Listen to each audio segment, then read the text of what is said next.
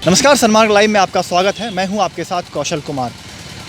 1.5 महीने से 7 चरण में यह चुनाव चल रहा था और एग्जिट पोल यह कह रहा है कि फिर से एक बार मोदी जी की सरकार बनने जा रही है और सभी चैनल दिखाया जा रहा है कि 250, 300, कोई 280, कोई 290।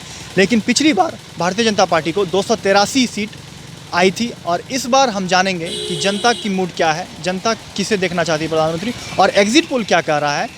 झारखंड राज्य में कितनी सीटें आएंगी, क्योंकि पिछली बार 14 में 12 सीट हासिल की थी झारखंड में और यूपी में 80 में 78 सीट हासिल की थी।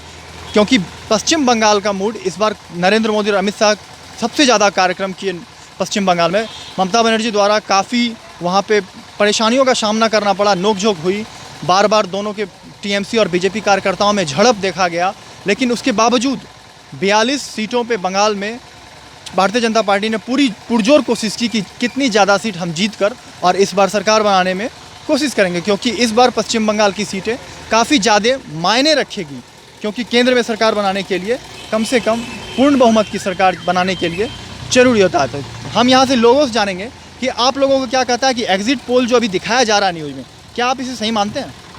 एकदम सही है, और जो एग्जिट पोल है उससे भी हो सकता है अधिक हो, क्योंकि झारखंड में अभी एग्जिट पोल में 8 सीट दिखा रहा है। लेकिन मुझे पूरा विश्वास है कि 14 का 14 लोकसभा सीट झारखंड का भारतीय जनता पार्टी के खाते में आएगी या एनडीए के खाते में आएगी। चूँकि सरकार गरीबों के लिए बहुत सारी योजनाएं लाई है और वह धरातल पर दिख रही है। लोगों को मोदी जी के पर पूर्ण विश्वास हो गया है कि मोदी जी न खाएंगे न खाने देंगे, कि जो कहावत उन्होंने 5 साल पहले कहा था वह आज चरितार्थ होते दिख रहा है।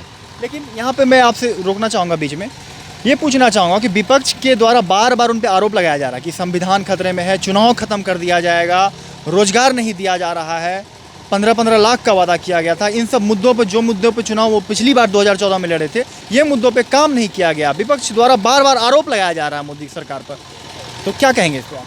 देखिए, विपक्ष के पास कोई मुद्दा एक्चुअल में है नहीं, और ये महागठबंधन जो प्रधानमंत्री कह रहे हैं कि ठगबंधन है, वास्तव में जनता को समझ में आ गई है कि ये वास्तव में ठगबंधन है। चूँकि ये 22 पार्टी मिलके किसकी सरकार बनेगी और कौन प्रधानमंत्री बन सकता है, ज़रा आप भी सोच सकते हैं कि प्रधानमंत्री कौन बनेगा। इसलिए जनता सब जानती है, और जनता देश की भविष्य को देखते हुए जो पूरे विश्व में आज भारत का जो आर्थिक स्थिति है बढ़ते जा रही है, विश्व गुरु बनने की ओर जो अग्रसरित है, उसका पूरा विश्व देख रहा है कि मोदी के आने के बाद आज देश, जब मनमोहन सिंह 5 साल पहले कहीं जाते थे विदेश में, कोई नहीं जानता था कि भारत का प्रधानमंत्री किस देश में गया और क्या बोल के आ रहा है।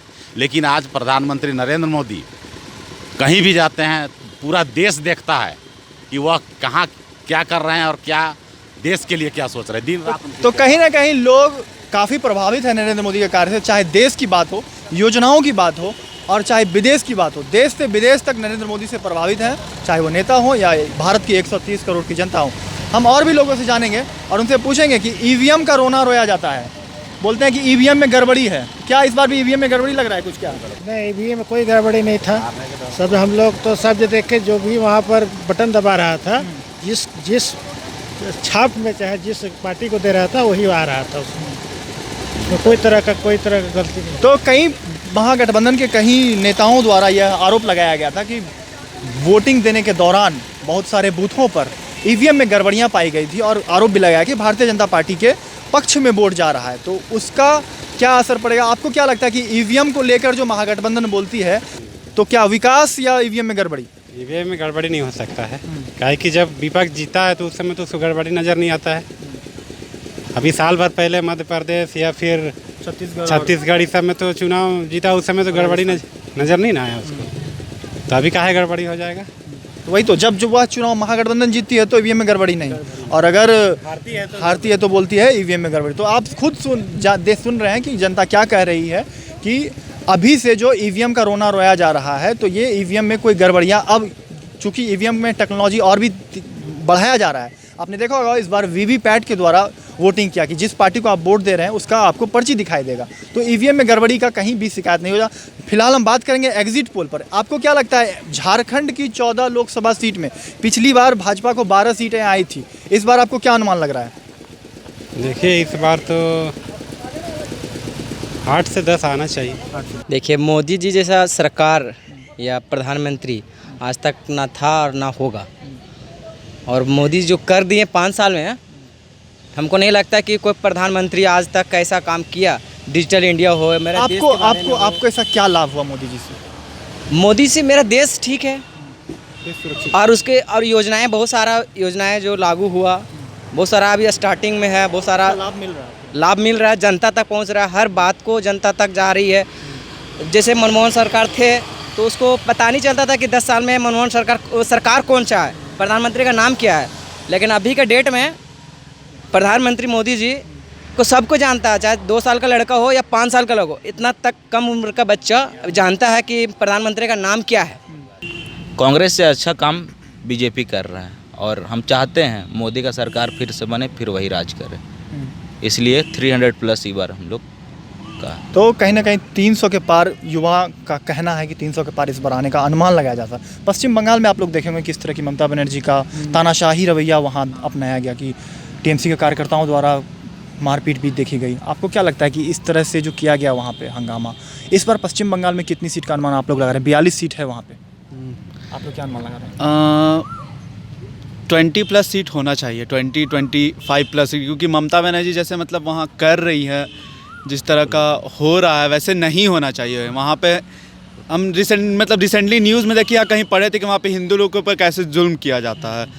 तो वहाँ पे बीजेपी के कार्यकर्ताओं को मारा जाता है। तो इससे कहीं ना कहीं जनता लोग भी तो दिमाग है, सोच रहा है हम लोग गलत राह पे जा रहे हैं। वहाँ पे बीजेपी के प्रत्याशी को ही मारा जाता है जो। तो चलिए पश्चिम बंगाल की बात हो गई, केंद्र की बात हो गई, अब हम झारखंड की बात करेंगे।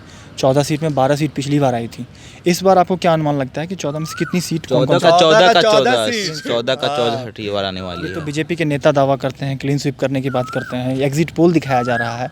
तो आज हम आप लोगों के बीच आकर यह पूछ रहे हैं कि आप लोगों का क्या कहना है? वो जो एग्जिट पोल दिखाया जा रहा है, पार्टी दावा कर रही है, कहीं ना कहीं उनसे ही मिला जुला ही। हाँ, हम लोग भी चाहते हैं बीजेपी का सरकार ही बने और ये दावा है, सही दावा है। अब की बार मोदी सरकार 300+ सीट आने ही वाला है। जूस देने वाले हो या आम जनता हो, चाहे वो नौकरी पैसे वाले लोग हों, सब कहीं ना कहीं मोदी जी के कार्य से प्रभावित है। देश की बात हो, योजनाओं की बात हो, राष्ट्र सुरक्षा की बात हो या विदेशों में अपने भारत का नाम रोशन करने की बात हो, सब मुद्दे में कहीं ना कहीं मोदी जी बिल्कुल सफल हो रहे हैं 5 सालों में। लेकिन फिलहाल 3 दिन अभी बचा हुआ है और आखिरकार किनकी सरकार बनती है, कितनी सीट आती है, एग्जिट पोल का भविष्य क्या होता है, सही होता है या गलत साबित होता है?